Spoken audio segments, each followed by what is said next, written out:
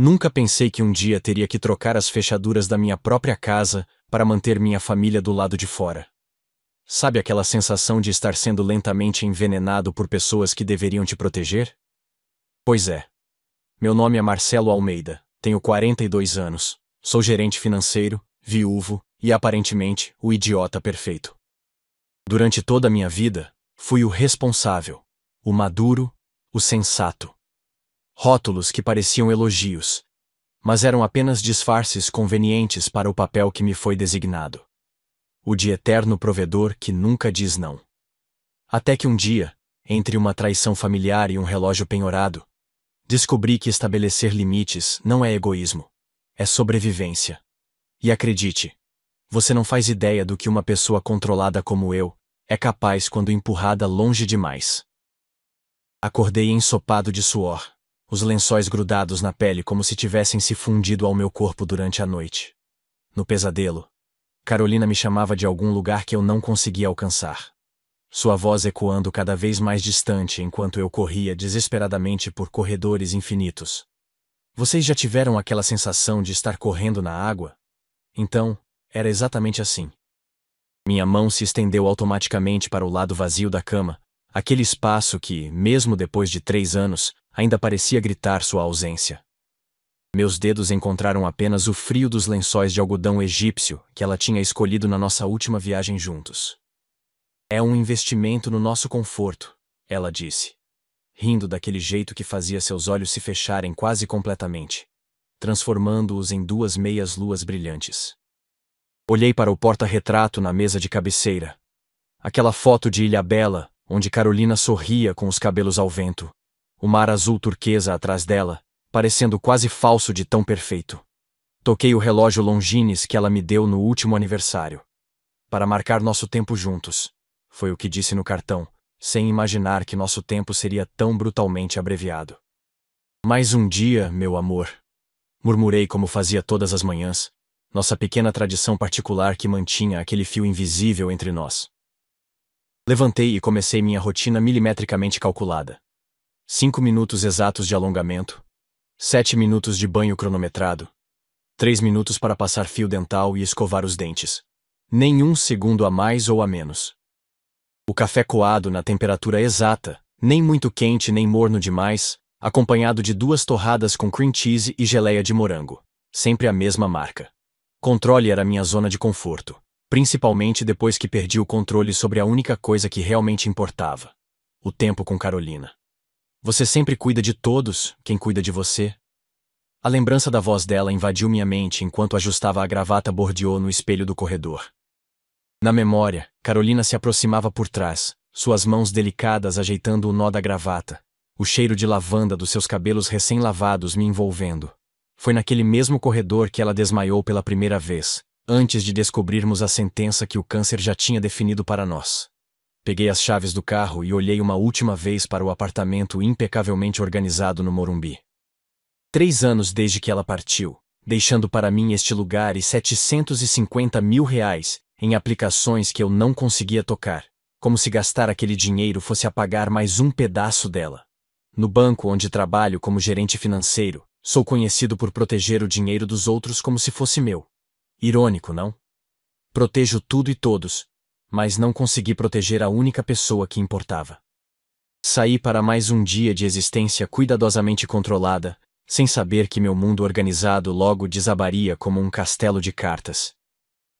Seu Francisco, o senhor recebeu mesmo um e-mail do seu banco pedindo para confirmar seus dados?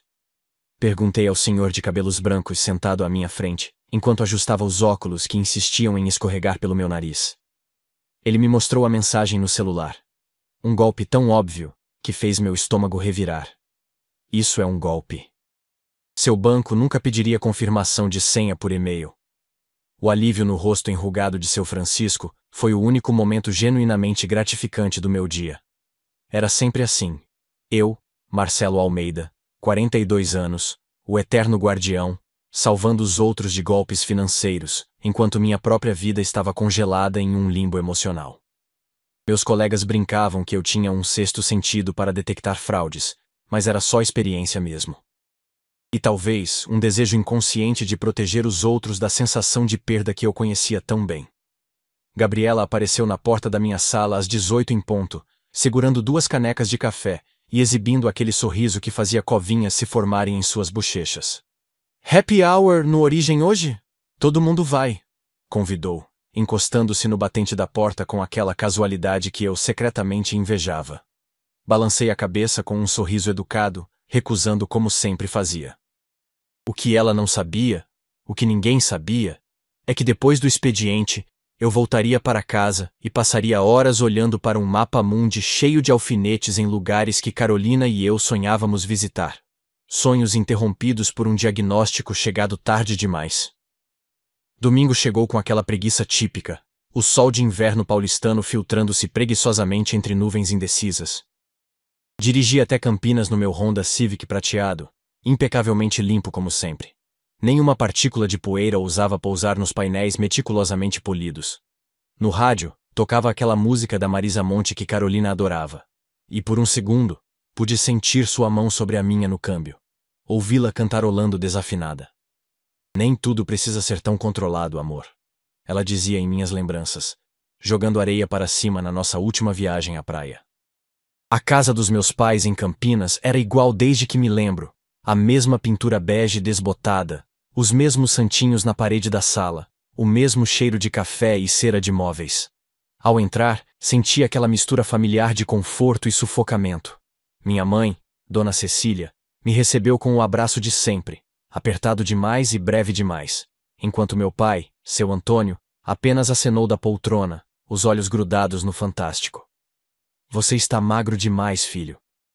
"E essa barba? Parece um mendigo", foi o comentário carinhoso da minha mãe enquanto me puxava para a cozinha.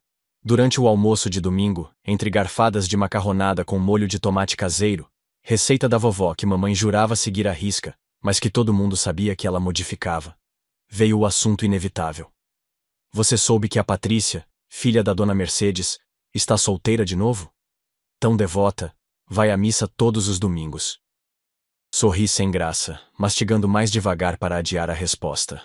Meu pai completou, olhando por cima dos óculos de leitura. "Deus não quer que o homem fique só, meu filho."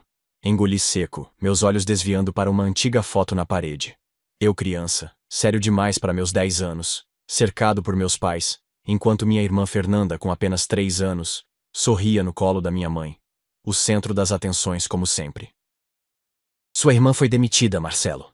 Minha mãe soltou entre a sobremesa e o café, como quem comenta sobre o tempo. Injustamente, claro. O chefe nunca reconheceu o talento dela. Seus olhos me analisavam, medindo minha reação como um cientista observa uma experiência. Meu estômago afundou. Já sabia onde aquela conversa ia parar antes mesmo de começar. A cada crise de Fernanda, eu era convocado como reserva emocional e financeira da família. Meu pai pigarreou, ajustando-se na cadeira de maneira desconfortável. "Ricardo e ela estão sendo despejados no fim do mês. O aluguel atrasou." Ele deixou a frase no ar, aquele silêncio pesado que era uma tática familiar bem conhecida. Respirei fundo, contendo a pergunta óbvia que queimava em minha garganta, mas que acabou escapando. Eles não guardaram nada? Já é o terceiro emprego dela em 2 anos. O olhar de decepção da minha mãe veio rápido como um raio. "Sua irmã é uma sonhadora, sempre foi, você sabe disso." Uma memória súbita me atingiu.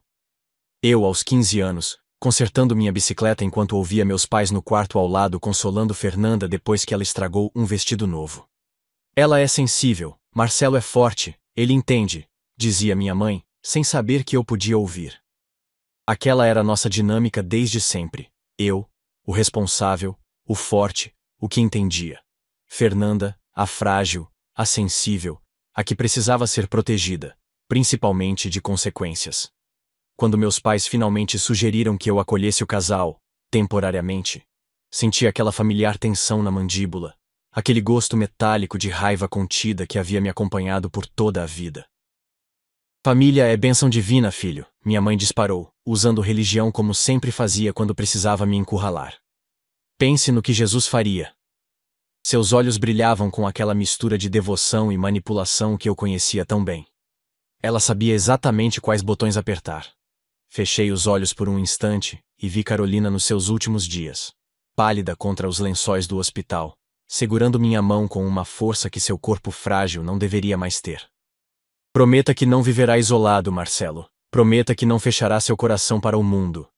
Estou com alguns problemas no coração, meu pai comentou discretamente enquanto me acompanhava até o carro, longe dos ouvidos da minha mãe. Nada grave ainda, mas o médico disse para evitar preocupações. Ele não precisou completar. A mensagem estava clara como água. Em uma família especializada em manipulação emocional, meu pai era um verdadeiro mestre. Sentia a armadilha se fechando ao meu redor, mas já estava cansado demais para lutar. Cedi, como sempre fazia, mas desta vez estabeleci condições. 3 meses no máximo. Eles contribuiriam com as despesas e respeitariam minha privacidade e espaço.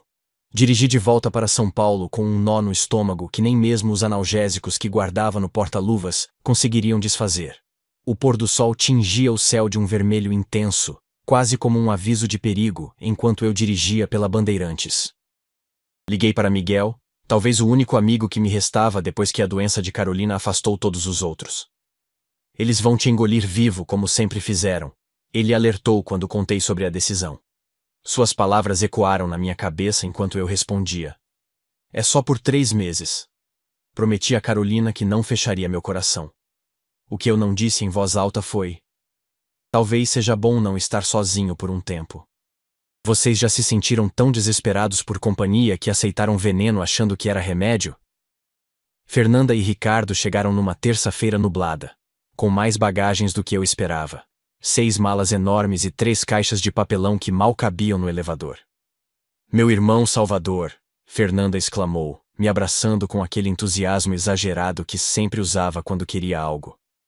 Ela ainda usava o mesmo perfume doce demais da adolescência, e por um instante, me senti transportado de volta para a casa dos meus pais, para aquele sentimento familiar de sufocamento. Ricardo, pelo menos, parecia sinceramente grato.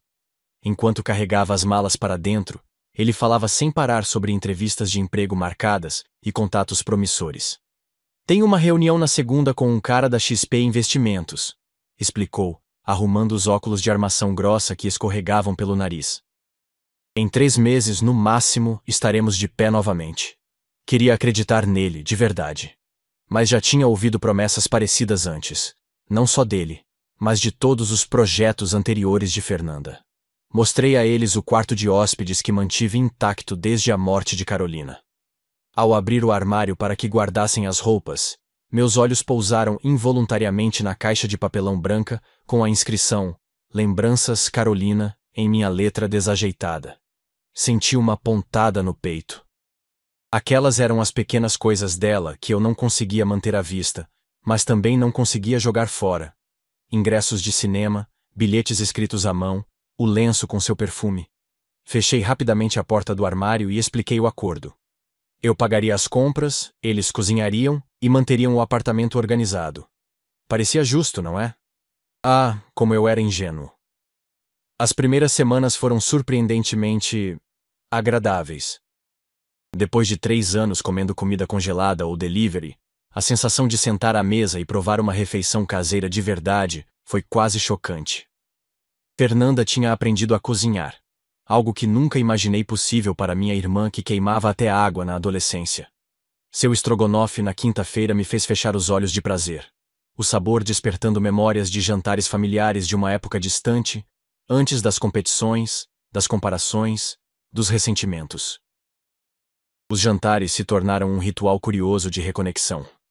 Ricardo contava histórias do seu antigo trabalho na agência de publicidade, imitando clientes exigentes e colegas excêntricos. Fernanda relembrava episódios engraçados da nossa infância, convenientemente editados para excluir os momentos de tensão. Eu me pegava rindo de verdade. Não aquele sorriso educado e vazio que oferecia a clientes e colegas. Era um som estranho e quase esquecido. Minha própria risada. Deitado na cama naquela noite, toquei o relógio de Carolina antes de dormir. Nosso pequeno ritual particular. Talvez você estivesse certa, sussurrei para o vazio do quarto. Era bom não estar sozinho. Ouvir outras vozes além da minha própria e do fantasma de Carolina nas minhas memórias. Adormeci sem perceber que aquela harmonia era tão frágil quanto um castelo de areia na maré alta. Você já percebeu como a felicidade muitas vezes é apenas a breve calmaria antes da tempestade? Um mês depois, comecei a notar mudanças sutis. Nada dramático, apenas pequenos detalhes. A toalha molhada deixada sobre a cama do quarto de hóspedes. Uma xícara esquecida na mesa de centro. O sofá levemente desalinhado. Ignorei esses sinais, convencendo-me de que estava sendo excessivamente controlador. Nem tudo precisa ser tão perfeito, Marcelo, dizia a voz de Carolina na minha mente, enquanto eu endireitava discretamente as almofadas do sofá, quando ninguém estava olhando. Quer ver o relógio que a Carolina me deu no nosso último aniversário juntos? Perguntei a Fernanda numa noite em que Ricardo havia saído para encontrar um amigo. Abri a pequena caixa de veludo azul marinho e mostrei o longines de pulseira de couro. Ela economizou por meses para comprar. Disse que queria que eu tivesse algo dela comigo o tempo todo. Enquanto falava, percebi que os olhos de Fernanda já haviam desviado para o celular. Muito bonito, murmurou distraidamente, e então, como se tivesse lembrado de algo urgente. Você viu aquele reality show novo? Todo mundo está comentando. Cheguei em casa numa sexta-feira após um dia particularmente exaustivo no banco. Uma auditoria surpresa sempre deixava meus nervos à flor da pele. E encontrei a cozinha em estado deplorável. Pratos empilhados na pia, restos de comida grudados nas panelas, o chão com manchas pegajosas de algum líquido derramado. Respirei fundo, tentando controlar a irritação crescente, e fui ao quarto trocar de roupa. Foi quando notei que a caixa de lembranças de Carolina havia sido movida. Abria com o coração acelerado, e tive certeza imediata. Faltava algo, mas não conseguia precisar exatamente o quê. A sensação de invasão foi como um soco no estômago. Você conhece aquela intuição que grita que algo está errado, mesmo quando não consegue apontar exatamente o quê? Fernanda, precisamos conversar sobre o nosso acordo, disse eu no café da manhã de sábado, mantendo a voz calma e controlada.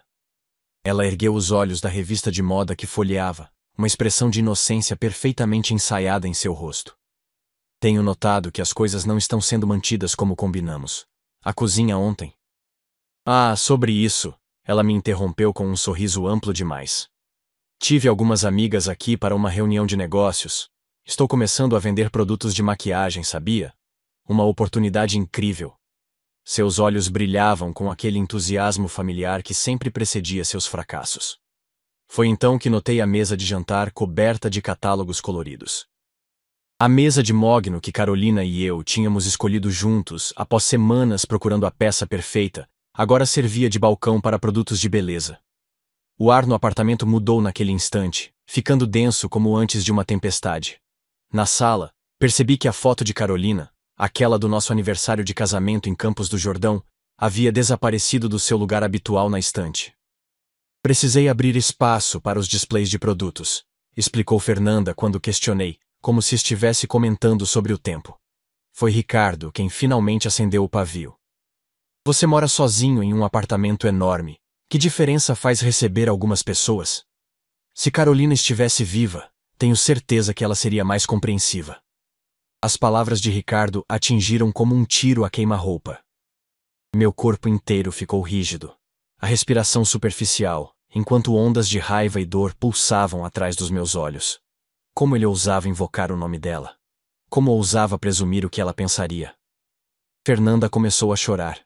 Grandes lágrimas dramáticas que escorriam perfeitamente sem borrar sua maquiagem impecável. Você sempre foi assim, soluçou. Nunca apoiou meus sonhos. Eu só queria uma chance. Fiquei paralisado entre a fúria e a culpa. Aquela antiga dança familiar que conhecíamos tão bem. Vocês já se sentiram manipulados, mas mesmo sabendo disso, caíram na armadilha? O ar no apartamento ficou irrespirável nos dias seguintes. Fernanda parou de falar diretamente comigo, comunicando-se apenas através de Ricardo ou bilhetes passivo-agressivos deixados na geladeira. Não toque nos produtos da Glamour Cosméticos na sala. Mostruário profissional. Ou, a reunião de negócios será às 19 horas. Se puder ficar no seu quarto, agradecemos. Meu próprio apartamento tinha se tornado um território estrangeiro, onde eu me movia como um intruso. sempre com a sensação de estar sendo observado e julgado. Pequenas coisas começaram a sumir ou mudar de lugar. Meu estojo de canetas Montblanc, que ficava no escritório, o controle do ar-condicionado, até mesmo meus chinelos.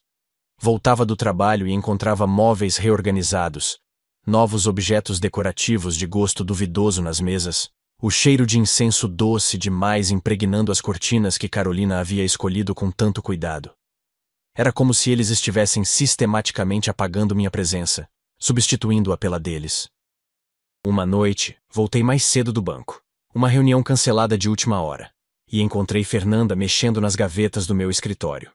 Ela se assustou ao me ver, fechando a gaveta com um movimento brusco. Estava procurando uma tesoura, explicou rapidamente, passando por mim sem me encarar.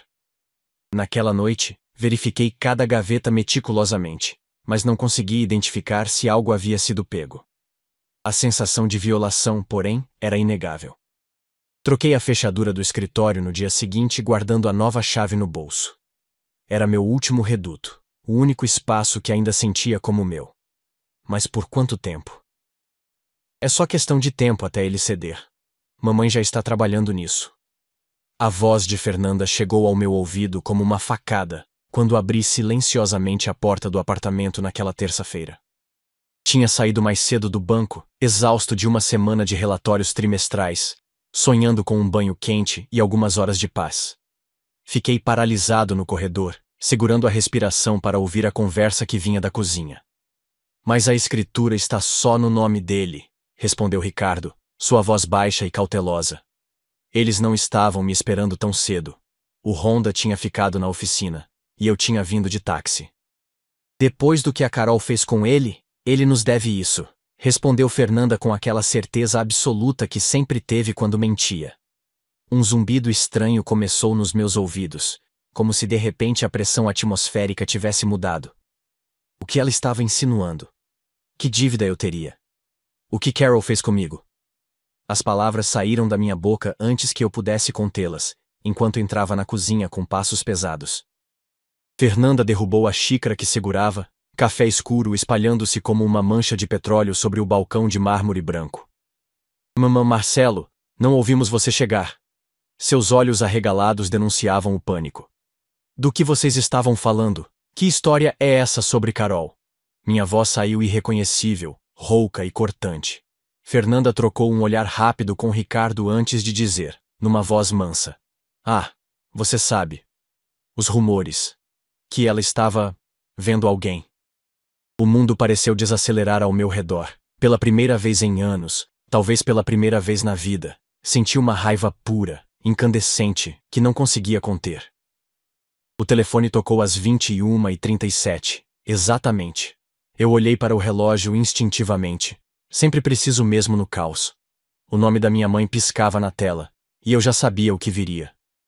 Fernanda tinha corrido para o quarto depois da nossa discussão, batendo a porta com força teatral, e passado os últimos 20 minutos, falando em voz baixa e urgente no celular. Como você pôde falar daquele jeito com sua irmã? A voz da minha mãe vibrava de indignação. Ela está devastada, Marcelo. Devastada. Mãe, você não faz ideia do que está acontecendo aqui? Tentei explicar, sentindo aquela familiar sensação de areia movediça me engolindo. Eles estão planejando algo. Estavam falando sobre a escritura do apartamento, sobre Carolina. Mas cada palavra minha era interrompida, minimizada, descartada. Você sempre foi ciumento da sua irmã. Meu pai entrou na linha, sua voz grave assumindo aquele tom de decepção que eu conhecia tão bem. Ela é sua irmã, família é para sempre. O que Carolina iria pensar desse seu comportamento? No dia seguinte, no banco, Gabriela colocou uma xícara de café na minha mesa e sentou-se na cadeira à minha frente. Você parece um zumbi, comentou, com aquela franqueza que sempre me desconcertava. Aconteceu alguma coisa? Por um momento, quase me permiti desmoronar, contar tudo, buscar algum tipo de validação externa de que não estava enlouquecendo. Mas anos de condicionamento são difíceis de superar. Só cansado, respondi, forçando um sorriso. De volta ao apartamento naquela noite, encontrei a porta do meu escritório trancada. Não com a fechadura nova que eu havia instalado, mas com outra. Foi sem querer, Fernanda explicou com olhos inocentes, enquanto Ricardo prometia resolver tudo no dia seguinte. Você já sentiu que está sendo sistematicamente isolado e que ninguém acreditaria em você se contasse? Cheguei em casa numa quinta-feira cinzenta de maio para encontrar malas desconhecidas empilhadas no corredor. Grandes malas vintage de couro vermelho escuro que nunca tinha visto antes. Um cheiro estranho de perfume adocicado e cigarro pairava no ar, misturando-se ao aroma de algo frito na cozinha. Segui os sons de conversa animada até encontrar 4 pessoas sentadas na sala de jantar. Fernanda, Ricardo e um casal de meia-idade que reconheci das poucas fotos que Ricardo mantinha. Paulo e Aparecida, seus pais. Marcelo, finalmente conhecemos o famoso cunhado. Aparecida se levantou, vindo em minha direção como uma pequena tempestade de cabelos tingidos de vermelho e joias tilintantes. Antes que pudesse processar o que estava acontecendo, fui envolvido num abraço sufocante que deixou manchas de batom vermelho em minha camisa branca. Sua cozinha está muito mais funcional agora, querido. Reorganizei tudo enquanto preparava o jantar. Meus olhos encontraram o porta-retrato de Carolina, normalmente no centro da estante, agora jogado dentro da gaveta do aparador, visível porque estava entreaberta. Fernanda pediu para falar comigo em particular, puxando-me para o corredor com um sorriso falsamente doce. É só uma semana, Marcelo, sussurrou, seus olhos examinando meu rosto em busca de sinais de resistência. Eles perderam o apartamento também, problemas com o banco.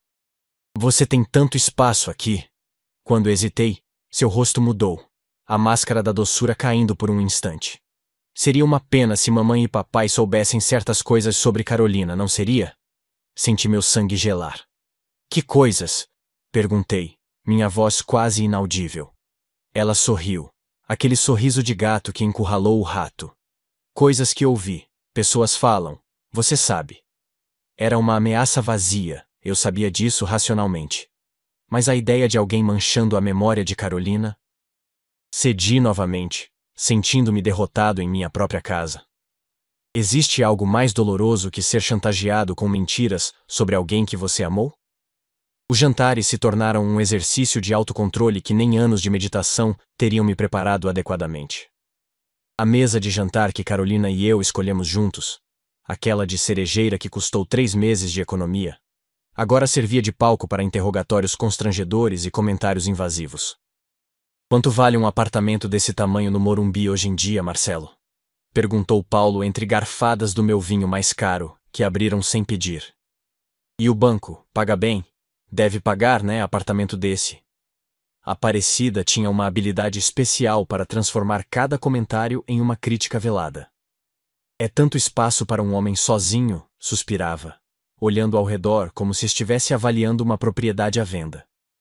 Na nossa idade, a gente precisa de ajuda, não é, Paulo? Um filho por perto, ou uma filha, e sorria para Fernanda com aquela cumplicidade irritante. Eu comia em silêncio, contando mentalmente até 10, 100, 1000, qualquer número que me impedisse de explodir. O pior era Ricardo usando minhas camisas sem permissão. Como se fôssemos do mesmo tamanho, não éramos, deixando manchas de desodorante na gola. Foi numa dessas noites que notei que meu relógio, o presente de Carolina, tinha sumido da gaveta onde o guardava. Confrontei Fernanda no dia seguinte, quando estávamos sozinhos. Ela negou saber qualquer coisa, seus olhos arregalados em uma expressão de inocência que já não me enganava. Naquela noite, enquanto todos dormiam, revirei metodicamente o apartamento até encontrar, no bolso interno do casaco de Ricardo, um comprovante amarrotado de avaliação de uma casa de penhores na Rua Augusta. Relógio Longines, modelo Heritage, avaliado em R$ 4.800, aguardando confirmação do cliente. Ricardo estava planejando vender minha lembrança mais preciosa de Carolina, apenas esperando conseguir um valor melhor antes de finalizar a transação. Senti algo quebrando dentro de mim. Algo fundamental que tinha resistido até mesmo à morte de Carolina. Com os dedos trêmulos, disquei o número de Miguel. Preciso da sua ajuda. Sussurrei quando ele atendeu, a voz embargada. Eles foram longe demais. Sexta-feira. Cheguei em casa depois de um dia particularmente exaustivo. A auditoria do Banco Central sempre deixava todos no limite.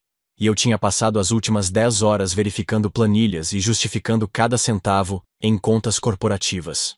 Tudo que eu queria era um banho quente, talvez um copo de vinho, e algumas horas de silêncio antes de dormir. O que encontrei ao abrir a porta fez meu coração parar. Minhas próprias malas. As malas que usei na última viagem com Carolina para Nova York, arrumadas e alinhadas no corredor. Na sala, uma reunião parecia estar acontecendo. Fernanda, Ricardo, Paulo e Aparecida, sentados em volta da mesa de centro, cercados de catálogos de buffet e listas escritas à mão. Eles se calaram quando entrei, trocando olhares conspiratórios. Ah, que bom que chegou! A voz de Fernanda tinha aquela falsa animação que eu conhecia tão bem. Estamos planejando uma festa de aniversário de casamento para os pais de Ricardo. 40 anos, imagine. Ela sorriu, mostrando todos os dentes perfeitamente alinhados. Precisamos do apartamento todo. Você pode ficar no Hotel Transamérica, já pesquisamos. É só por um fim de semana. Olhei para o canto da sala e vi algo que fez meu sangue ferver. A caixa de lembranças de Carolina, aquela que guardava com tanto cuidado, havia sido esvaziada, seu conteúdo jogado descuidadamente numa sacola plástica de supermercado. As fotos dela tinham sido removidas das paredes, deixando retângulos mais claros na pintura. E então, como uma última facada, percebi pelo reflexo no espelho da sala. Ricardo usava meu relógio. O relógio de Carolina.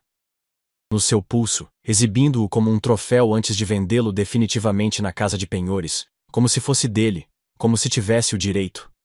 O descaramento de exibi-lo assim, sabendo que em breve o converteria em dinheiro, foi a gota d'água.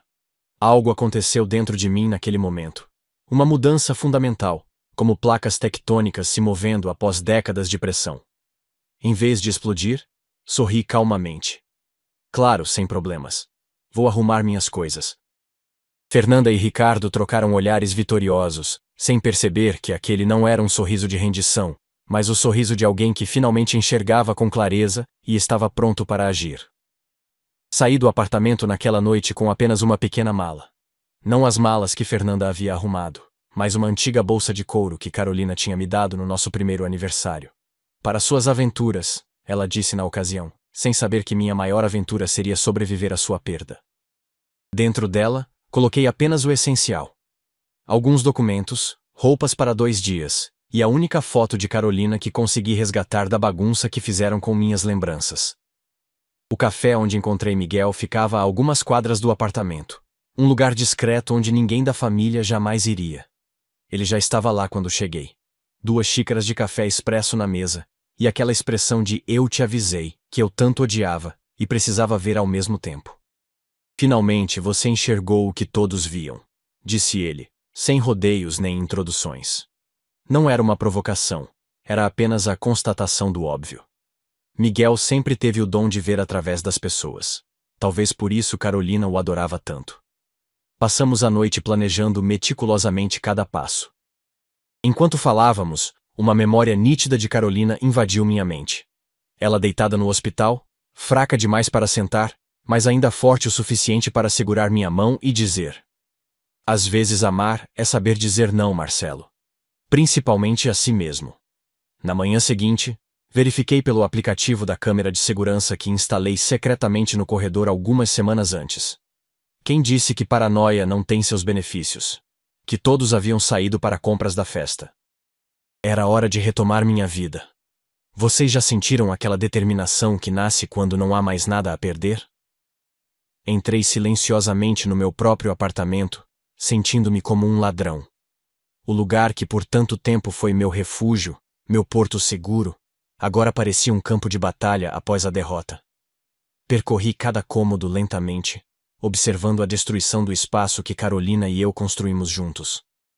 Almofadas que nunca vi antes no nosso sofá, quadros baratos nas paredes onde antes ficavam nossas fotos, um cheiro estranho de incenso de canela que ela teria odiado. Carolina era alérgica à canela. No escritório, que consegui abrir com uma chave mestra comprada no dia anterior, encontrei o que procurava. Convites impressos em papel creme para a grande celebração, com uma frase que fez meu sangue ferver. Comemorando com os novos proprietários. E o pior, um documento parcialmente preenchido intitulado Acordo de Doação de Imóvel, com espaço para minha assinatura. Era tão descarado que quase tive que admirar a audácia.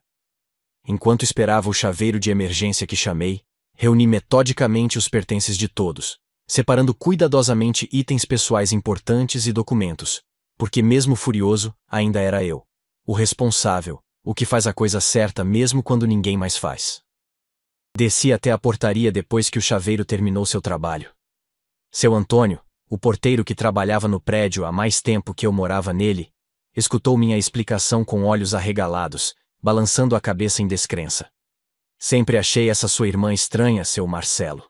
Confidenciou, ajustando o boné do uniforme. Nem bom dia ela dava quando passava. E aquele marido, então? Combinamos que ele não permitiria a entrada deles sem minha autorização expressa. Enquanto voltava para o elevador, com o peso do relógio de Carolina novamente em meu pulso, recuperado do quarto de Ricardo, antes que ele tivesse a chance de concluir a venda na casa de penhores, senti uma estranha leveza. Como se estivesse, finalmente, honrando a promessa que fiz a ela de viver, não apenas existir. O céu escureceu repentinamente naquela tarde. Nuvens pesadas de tempestade acumulando-se sobre São Paulo como um presságio.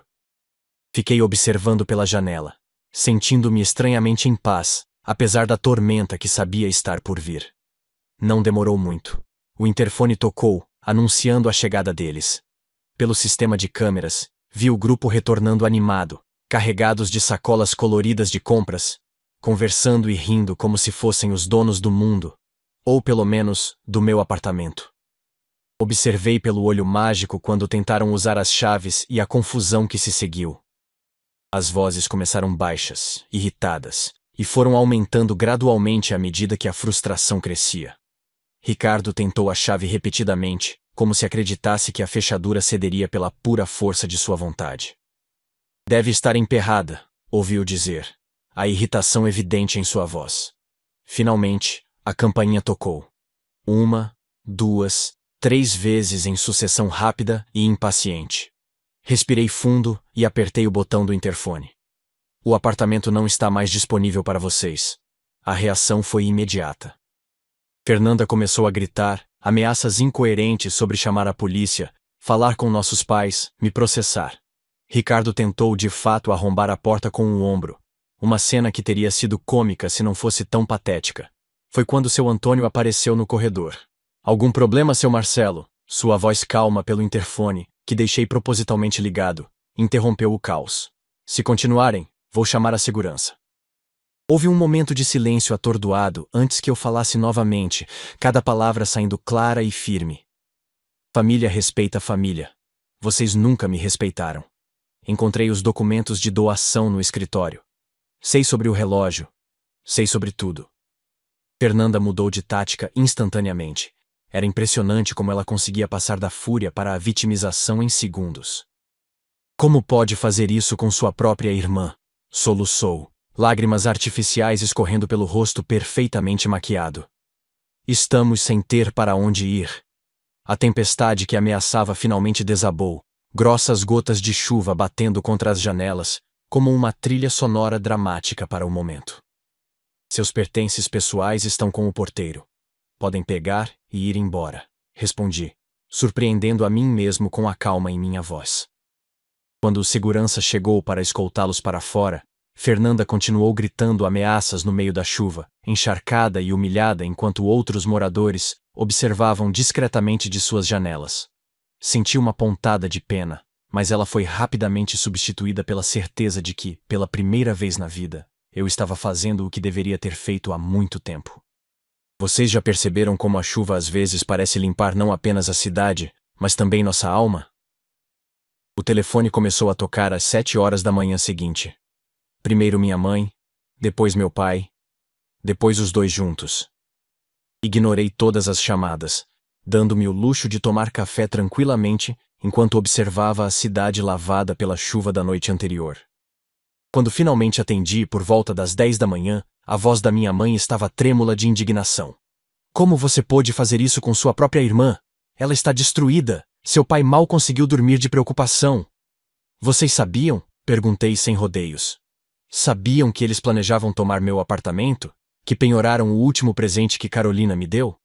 O silêncio do outro lado da linha foi mais revelador que qualquer resposta. Meu pai assumiu o telefone, sua voz grave tentando retomar o controle da situação. Filho, você está exagerando. Fernanda só queria ajudar vocês dois. Se você continuar com essa atitude, vamos ter que repensar certas coisas, inclusive seu lugar no testamento. A ameaça era clara, mas pela primeira vez não senti medo. Não preciso de herança, preciso de respeito, respondi, surpreso com minha própria firmeza. Depois de desligar, enviei por e-mail as fotos dos documentos de doação que encontrei no escritório. Não recebi resposta, apenas um silêncio pesado que dizia tudo. Alguns dias depois, Gabriela apareceu na minha porta com sacolas de comida japonesa e um sorriso genuíno. Miguel me contou o que aconteceu. Explicou, entrando sem esperar convite. Pensei que você precisasse de companhia sem julgamentos. Sentamos na sacada, comendo temaki e bebendo cerveja, falando sobre tudo e nada. Ela mencionou casualmente que Fernanda havia contatado um antigo colega nosso pedindo dinheiro emprestado, inventando uma história sobre eu ter roubado sua herança. Ri, um riso que me surpreendeu pela sua leveza. Mais tarde, limpando o apartamento, encontrei enfiado atrás do sofá o ursinho de pelúcia surrado que Carolina abraçava durante as sessões de quimioterapia. Estava manchado de batom e faltava-lhe um olho. Chorei pela primeira vez em anos, mas eram lágrimas diferentes, não apenas de perda, mas também de libertação. Um mês depois, recebi uma ligação inesperada do meu primo Eduardo. Não falávamos há anos. A família tinha esse dom de criar ilhas isoladas. Você soube? Perguntou sem preâmbulos. Fernanda e Ricardo foram morar com aquele cara do negócio de maquiagem, o tal investidor. Confesso que senti uma pontada de preocupação. Por mais que tivessem me magoado, a ideia de minha irmã em situação precária ainda me incomodava. Velhos hábitos são difíceis de morrer. O cara sumiu com todo o dinheiro, continuou Eduardo, sua voz misturando espanto e uma pitada perceptível de satisfação pelo drama alheio. Era um golpista. Levou tudo que eles investiram, mais o que seus pais emprestaram para eles começarem o negócio. A ironia da situação não me escapou. Os manipuladores foram manipulados, caíram na própria armadilha. Aparentemente, o investidor tinha convencido Fernanda e Ricardo a colocarem todas as economias, incluindo o dinheiro que meus pais retiraram da poupança da aposentadoria, em um esquema revolucionário de marketing multinível, que garantia retornos impossíveis. Nas semanas seguintes, recebi 3 mensagens de Fernanda.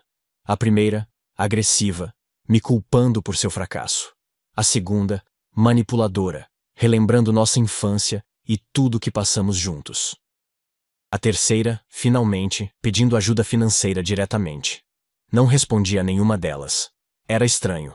Antes, teria sentido uma culpa esmagadora, teria cedido imediatamente. Agora sentia apenas uma distante compaixão, como se observasse o drama de estranhos. Carolina teria ficado orgulhosa. Ela sempre dizia que meu maior problema era não conseguir distinguir entre ajudar e ser usado. Vocês já perceberam como às vezes precisamos perder algo para finalmente enxergar o que sempre esteve ali? 6 meses se passaram como um suspiro. O apartamento estava irreconhecível. Não porque tinha mudado tanto fisicamente, mas porque agora refletia verdadeiramente quem eu era. Não apenas um mausoléu de lembranças congeladas. Pintei as paredes de um azul claro que Carolina sempre quis, mas que eu resistia. Muito ousado, eu dizia, fazendo-a rir da minha cautela absurda. Reorganizei os móveis, doei o que não fazia mais sentido manter. Criei espaços que convidavam a vida, não apenas a existência. Em uma parede da sala, montei um pequeno altar de memórias para Carolina, não escondido em um quarto ou uma caixa, mas presente, integrado à vida cotidiana. Suas fotos favoritas, o ursinho restaurado, o bilhete que ela deixou sob meu travesseiro na última vez que saiu do hospital. Viva por nós dois, meu amor. Não desperdice um único dia. Ao lado, um novo mapa mundi, maior e mais colorido que o anterior, com apenas um alfinete vermelho espetado em Machu Picchu. A passagem já estava comprada. A viagem marcada para o mês seguinte. O primeiro sonho da nossa lista que finalmente realizaria. Naquela noite, recebi amigos para jantar. Sim, Amigos. Plural.